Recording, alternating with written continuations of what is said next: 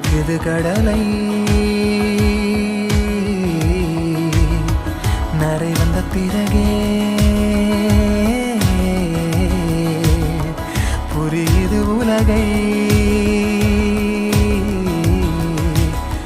நேற்றின் இன்பங்கள் யாவும் கூடியே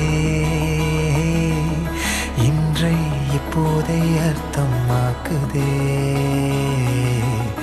இன்றின் இப்போதின்